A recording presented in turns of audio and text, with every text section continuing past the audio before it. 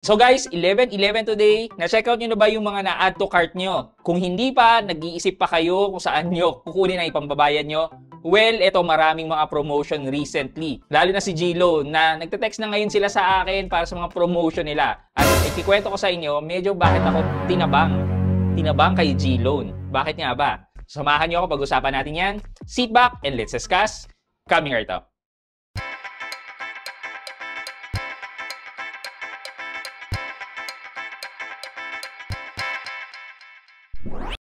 Hi guys, this is Pat and you're in Pat Quintos Review TV. So if you're new in my channel, I do reviews about entrepreneurship, small business, and personal finance na meron akong experience at ginawa ko na yan ng videos and playlists na makikita nyo dito sa taas.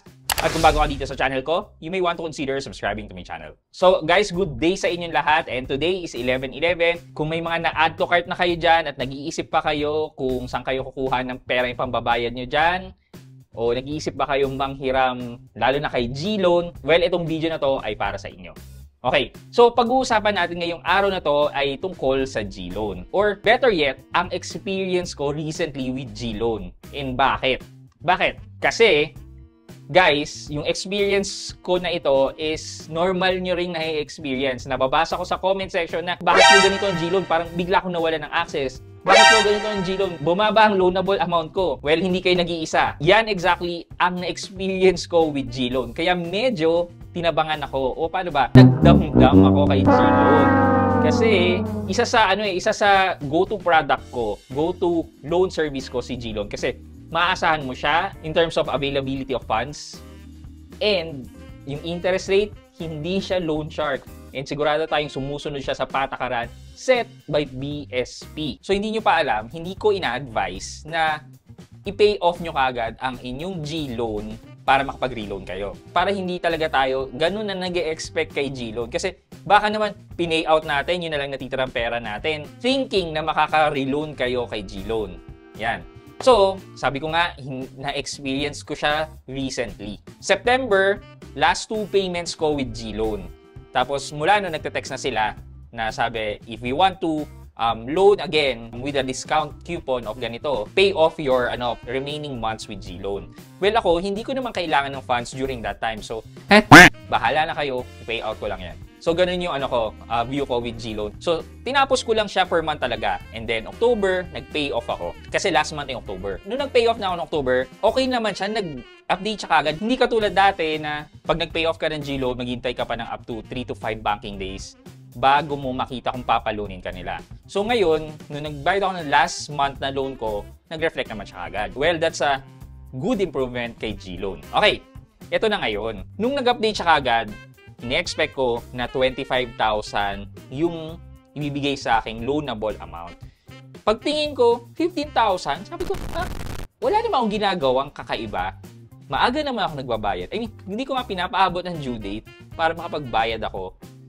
Advance ako ng mga 5 araw lagi. Pero ba't binabaan? Ito pa, nung tiningnan ko yung 15,000 na loan, tiningnan ko lang naman, curious lang naman din ako. Payable lang siya ng 9 months. But dati, payable in 12 months. Ngayon, 9 months lang. Sabi ko, ay, bahala ka G-Loan. Sige na nga, sa'yo na nga yan. Hindi ako manghihiram sa'yo. Well, ito na nga.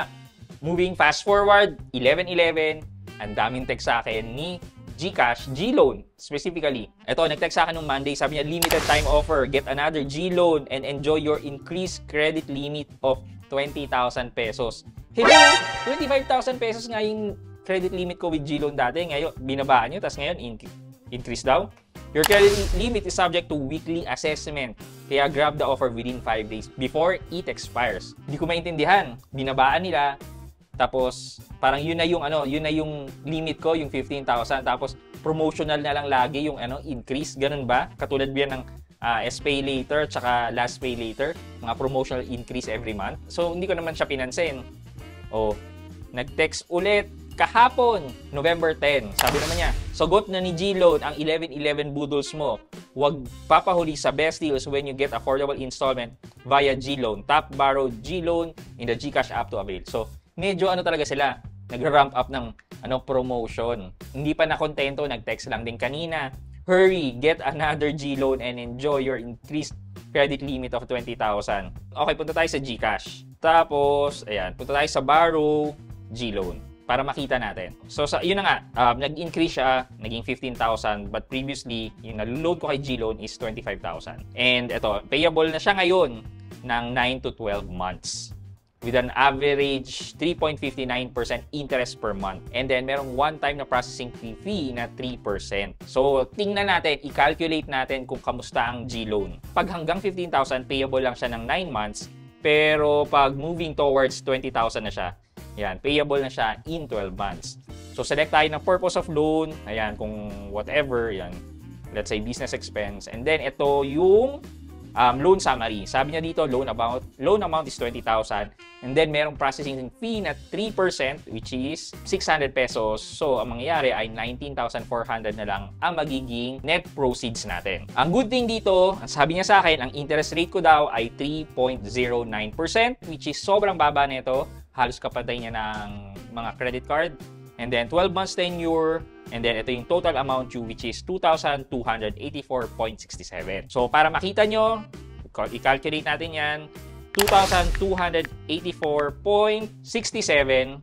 times 12. Ang total na babayaran ko sa loob ng isang taon ay 27,416.04. I-minus natin yung 20,000 na niloan natin, 7,416.04. I-divide natin yan sa 20,000. Lalabas na 37.08% per annum ang interest rate. For our comparison, so si credit card ay 36% per annum. Etong si GLoan ay 37.09 per annum. Si BEs ay 53.6% per annum. Si Atomic Cash ay 72% per annum. Yung mga Indian nationals, nasa 120% per annum. And yung recent na na-review natin, which is si Catalo, ay nasa 200+% per annum. Okay, previously nilalagay natin si GLoan kasama ng ng Atomic Cash. Pero right now, dahil ito kasi yung offer sa akin is 3.09. But guys, I'm not saying na ito yung makukuha yung interest rate. I'm just saying na mas mababa talaga ang interest rate kay GCash or kay Fuse Lending. Ang interest rate ni GLoan ranges from 3% hanggang 6%. Kaya previously nilalagay natin siya kasama ni Atomic Cash kasi nga yun ang maximum na interest rate na pwedeng i-charge sa inyo. So kung mababa ang G-score nyo, possible na nandun sa 6% ang i-charge na interest rate. Overall guys, makikita natin talaga na mababa ang interest rate na pinapautang ni Fuse Lending under kay GCash. So for my conclusion, yes, maganda ang GLoan. Makakautang tayo sa kanila ng as low as 3%. Sa akin nga, 3.09%, di ba? And as high as 6%. Which is nandun naman sa sa normal range na, makatarungang range ng interest rate. Lalo na compared sa mga online lending apps. But, eto guys, yung gusto kong i-highlight. Hindi mo siya pwedeng asahan in times of reloaning. Ayan, katulad ng example ko kanina, sabi ko nasa 25,000 ang credit limit ko, biglang binaba to 15,000. There's a high chance na ma-experience nyo rin ang na-experience ko with GLoan. Or worse, matanggalan kayo ng offer kay GLoan. So yun lang naman for today's video guys. Sana nabigyan ko kayo ng update in terms of interest rate and the service update ni GLoan via GCash. So for our question of the day guys, given na ganito ang scenario with GLoan, last 2 months to pay, tapos iniisip nyo mag-reloan, pero meron chance na hindi kayo ma-offera ng loan after nyo magbayad, magte-take ba kayo ng risk na mag-fully pay ng inyong GLoan? O mag-i-stick na lang kayo sa regular schedule ng amortization nyo? So let me know sa comment section sa baba.